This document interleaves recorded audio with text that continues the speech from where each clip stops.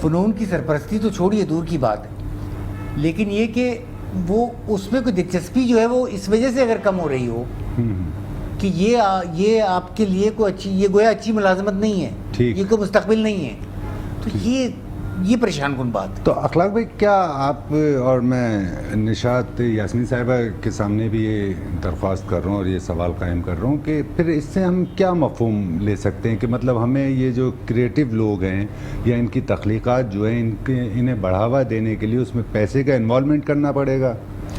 نہیں دیکھیے، اس لیے تو یہ پیسے کا انوالومنٹ نہیں ہے۔ ٹھیک، میں معافی چاہتا ہوں، میں چاہتا ہوں کہ اس سوال کو میں جی میں مزید سمجھ ہے نا، ہاں میں اسی لیے وہ پوری بات کرنا چاہتا ہوں۔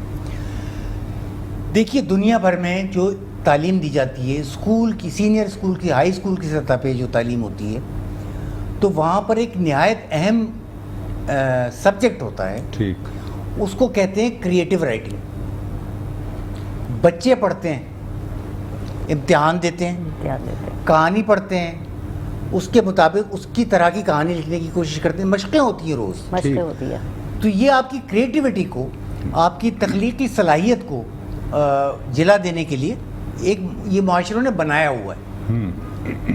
بدقسمتی دیکھیے کہ ہم ناز تو بہت کرتے ہیں جی، 100 سال سے 150 سال سے، پریم چند کے زمانے سے، اور کیا کیا ہم نہیں کہتے، ٹھیک، اور ہم اپنے کلاسکس ہیں ہمارے پاس، اور کیا کیا، لیکن گراس روٹ لیول پہ ہم تخلیقی سرگرمی کو ڈسکریج کر رہے ہیں۔ انکریج کرنا تو دور کی بات ہے، ہم اس کی حوصلہ شکنی کر رہے ہیں۔ کریٹیو رائٹنگ کے کورسز ہوتے ہی نہیں ہیں، بعض اداروں میں شروع ہوئے ہیں، وہ مہنگے ادارے ہیں، بتائیں ہاں، ہر شخص کی پہنچ نہیں تو ہے۔ کیسے تو یہ وہ چیز ہے کریٹیو رائٹنگ سے، جب آپ بچے کو آپ کھیل کھیل میں سب کچھ سکھاتے ہی ہیں نا، آپ نرسری میں کیا کرتے ہیں، آپ اس کو گیت کے ذریعے، آپ اس کو آہنگ کے ذریعے اس کو چیزیں یاد کرا دیتے ہیں، سکھا دیتے ہیں۔ بالکل، کریٹیو رائٹنگ بھی ایسی چیز ہے، آپ اس کا دماغ کھولتے ہیں کہ اچھا کیا کیا ہو سکتا ہے، ایک آدمی ایسا آدمی ہے، یہ کیا کر سکتا ہے، اس کے ذہن میں کیا کیا ہے۔ واہ، تو ادب تو ایک انسان کی اسٹڈی ہے،